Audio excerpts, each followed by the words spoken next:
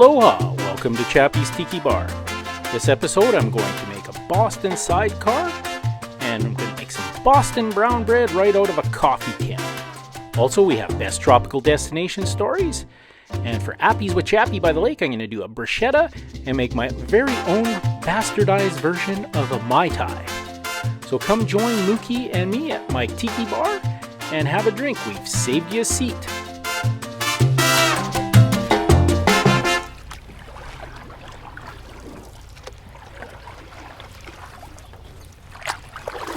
Aloha! Welcome to Chappy's Tiki Bar. I'm Chappy. This is my bar. With me as always is Mookie. Today we're making some Boston brown bread and I'm going to make a Boston Sidecar. Boston Sidecar is not that particularly good a drink. I just like saying Boston Sidecar in my Boston accent. The Boston brown bread is a Mario Batali recipe I got from his recipe book. Now, I guess I should say I bought the recipe book before he got all rapey. I'll talk more about that later on in the show. First up, we're going to do best tropical destination stories. Now, the Boston accent gives me an idea for this week's best tropical destination story. So if you have any tropical destination stories, send them to chappiness@yahoo.com and Mookie and I will read it on the show. So as I said, I love Boston. I like the Boston accent.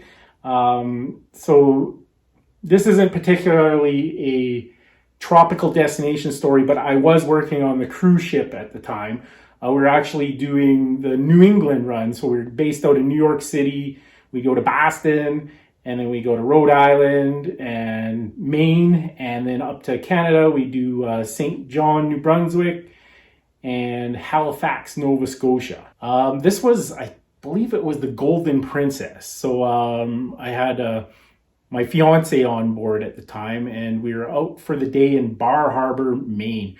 Bar Harbour, Maine is absolutely wonderful. All of the bars have these lobster tanks. You can get twin lobster tails in the bar. You just point to the live lobster. And because of the vegetation in Maine, they have the sweetest lobster in the world. It is by far the best. And blueberries are very popular there too. All the restaurants have blueberry pie. And if you're ever thinking of going just a little town where you like to go to bars and restaurants, Bar Harbour, Maine is unbelievable. It was one of the stops on the cruise ship run, but I could spend like a month there. It was fantastic. So anyways, we're in Bar Harbour, Maine, in one of those quaint little restaurants. And my fiance was from Eastern Europe, so she wasn't very familiar with the United States geography or anything. So she just asked me, what's a city in Maine?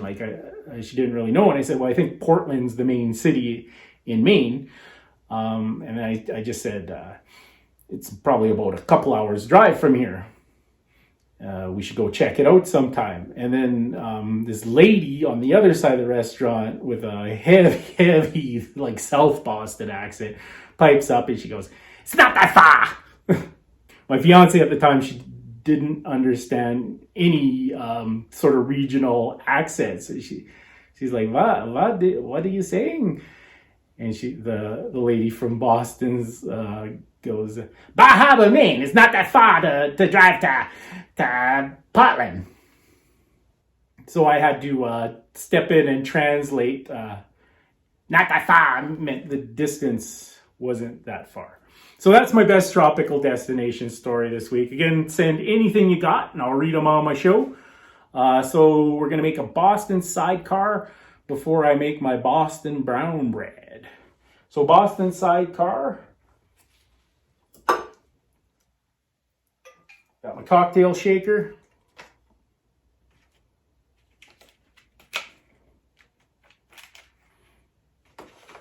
Gonna add some ice. Mookie, you fat bastard. I'm going to meet you out in the car park. All right, so we got ice. And I'm just going to check my bartender's guide for a Boston Sidecar. So it says 1 ounce of light rum. Oops, careful, Mookie, careful. All right, so I have some Cruzan aged rum from St. Croix. And that was 1 ounce of light rum. And then 1/2 ounce of brandy, I'm just using orange brandy, but the recipe just calls for regular brandy. Brandy, you're a fine girl.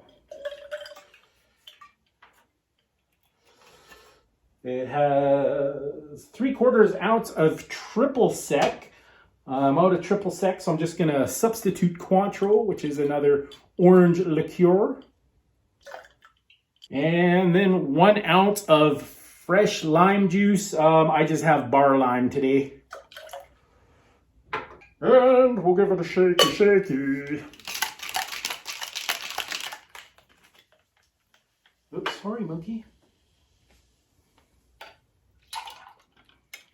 And that is a Boston Sidecar. What do you think, Mooks? So coming up, we got the Boston brown bread, but first we're going to go out to the lake and have Appies with Chappy by the lake. I think we're going to make a nice bruschetta using the barbecue. So check that out first, and then we got the Boston brown bread coming up. You fat bastard.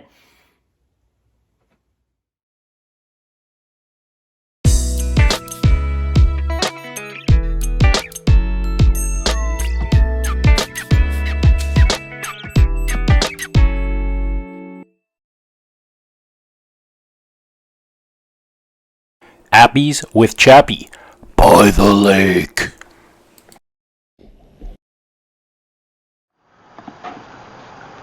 Welcome to another edition of Appies with Chappy. This is Mookie. We're at the lake. So today I'm going to do a grilled bruschetta. So I got some nice Melba toast that's actually bruschetta flavored. And then we're just going to do it all on the barbecue here. So I'm just going to slice the tomato in half, and then I got some nice basil I'm going to finish it off with, and we're also going to roast the garlic.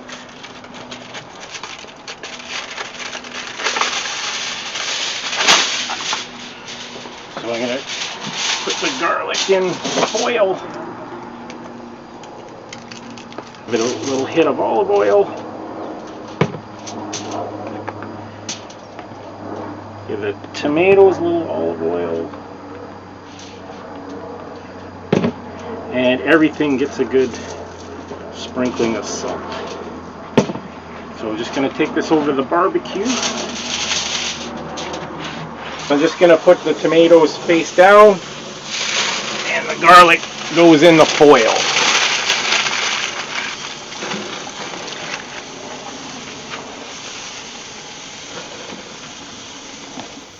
Alright, so this is Appies with Chappy by the lake. I got my bruschetta all plated. I'm just going to give it another quick hit of olive oil. And a little bit more salt.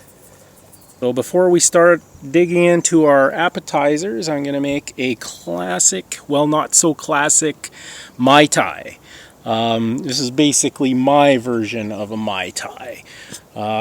So most Mai Tais are like dark rum based. We're at the cabin and I'm not going into town, so I don't have any dark rum. So I'm going to go little Malibu coconut rum and some Grand Marnier. Any orange liqueur will do. And then we got a ton of juices. So this is my orgeat that I made from scratch. It's basically a almond syrup. So that is the star ingredient. It's a little chunky because I didn't use a cheesecloth to strain it, but that's okay. And then for juices, I'm gonna go little pomegranate, a little bit of passion fruit, a little bit of guava nectar,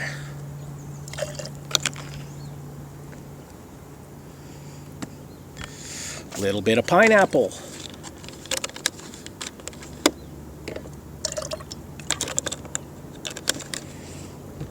and a little bit of OJ.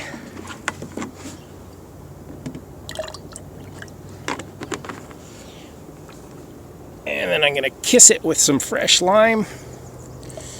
And last but not least, my homemade grenadine that I made I made this for the hurricane I made in the New Orleans episode.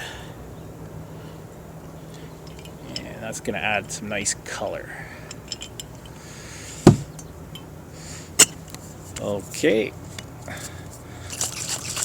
Give it a shaky.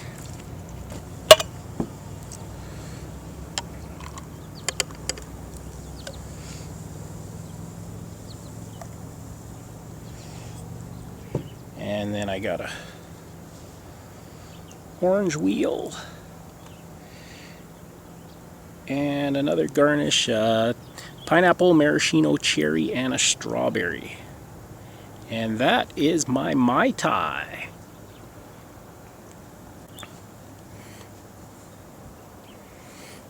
And now I'm going to dig into this nice bruschetta. And that's another edition of Appies with Chappy by the lake.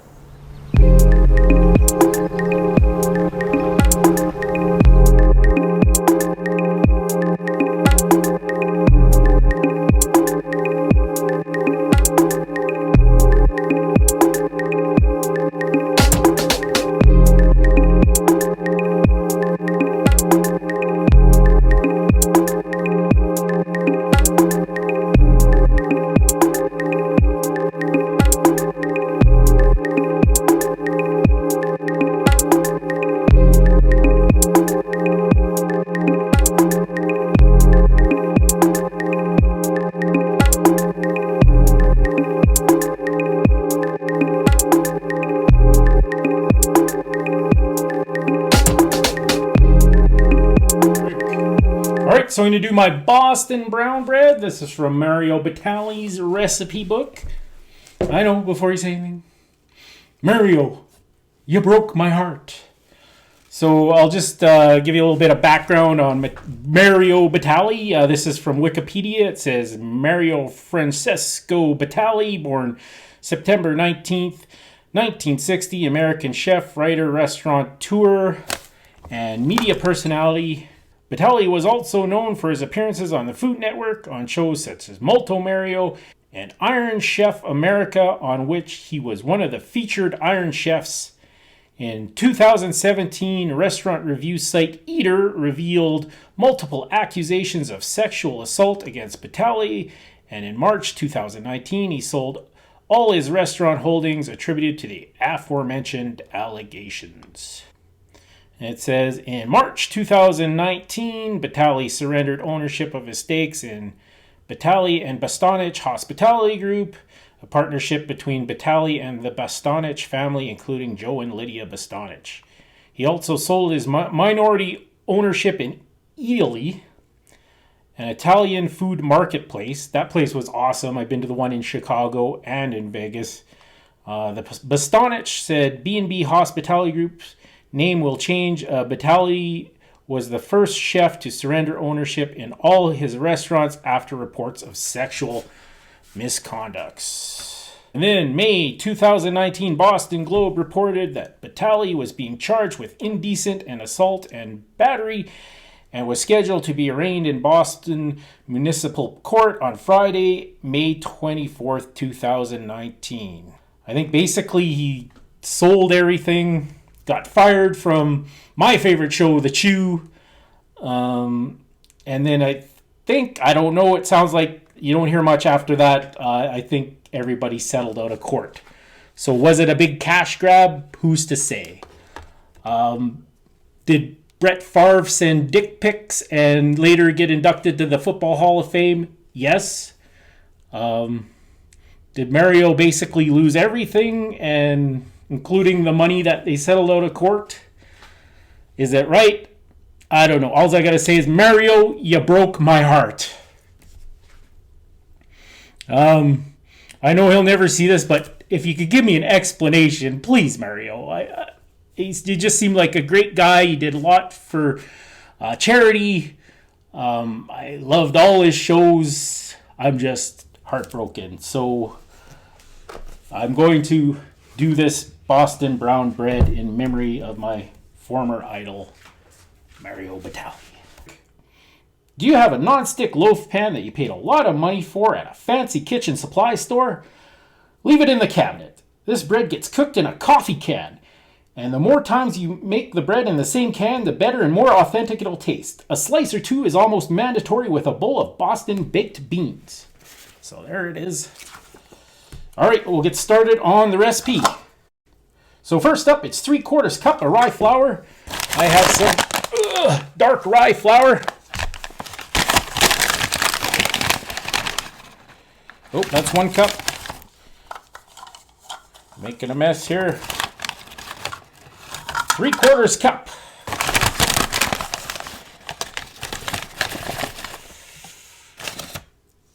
I'm not much of a baker, but I'm told measurement is important.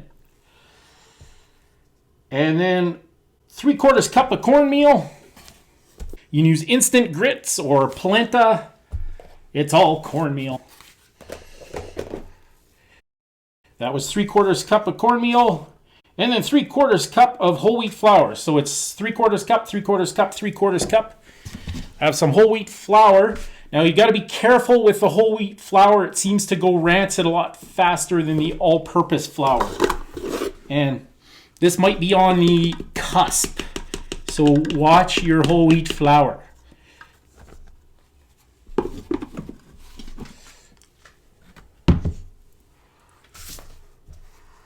All right, and a teaspoon of baking soda.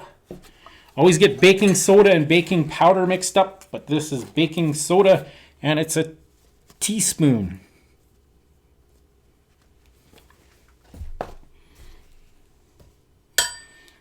And then a teaspoon of kosher salt. I just have some pink Himalayan salt. Here's what I found. What's that, Siri? Oh. Siri, if you interrupt me again, I will kill you. All right, and 1 cup of buttermilk. Love buttermilk for marinating chicken. All right, this is my cup. 1 cup of buttermilk. And 3/4 cup of molasses. I just zapped this in the microwave for like 30 seconds. If you heard the term slower than molasses in January, sometimes that's how my videos move. But I just put it in the, give it a little zap. Last but not least, 1 large egg. Oops, it says lightly beaten. I don't know why you have to beat it and then mix it. I'm going to mix it anyways, but egg, you're going to get your beaten later. Now go upstairs till your father gets home. All right, so I'm just going to give a mixy. The coffee can. Preferably a clean coffee can. And then this is very important. You got to put the non-stick spray. Spray it liberally. Then I'm going to pour the mixture in, but I'm going to give it room to rise. So probably do about 3/4 there. I got some twine, foil wrap on top, and then twine it up. And then I'm going to put a big pot of water. The water is going to come to about here, about 1/4 of the way up. Put a lid on it. Put it on a low rolling boil for 2 hours, and then we'll see how my Boston brown bread turns out. Mario, you broke my heart. All right, so I just took my mixture upstairs to the kitchen, and I'm gonna transfer my mixture into the coffee can and then get it on the stove and get her going. So I got my coffee can.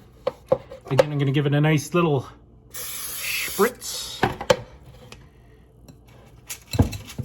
And here's my batter.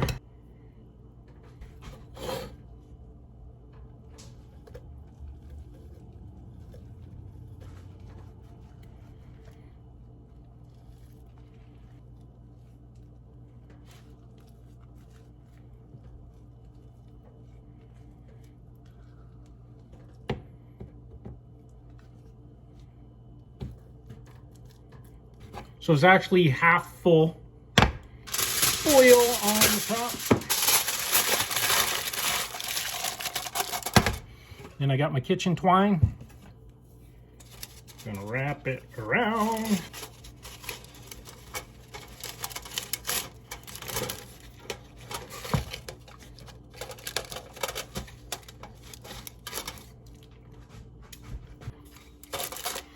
All right, just gonna transfer it over.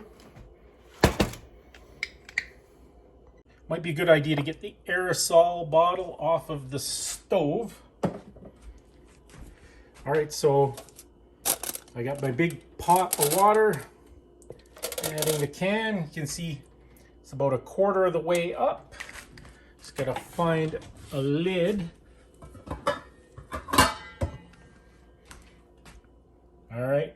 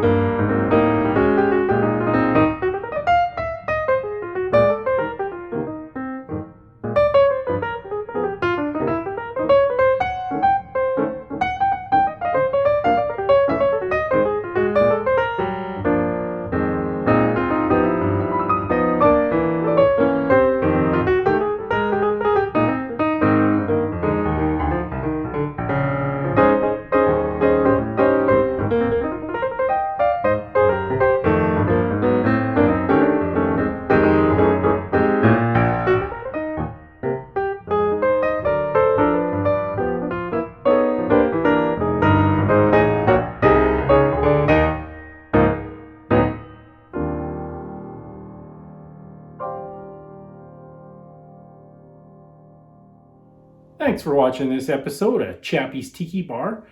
Make sure you give Mookie and I a like and hit the subscribe button. I'm Chappy and this is Mookie, and we're saying life is hard. That's just the way it goes, but sometimes it goes the other way. See you next time on Chappy's Tiki Bar.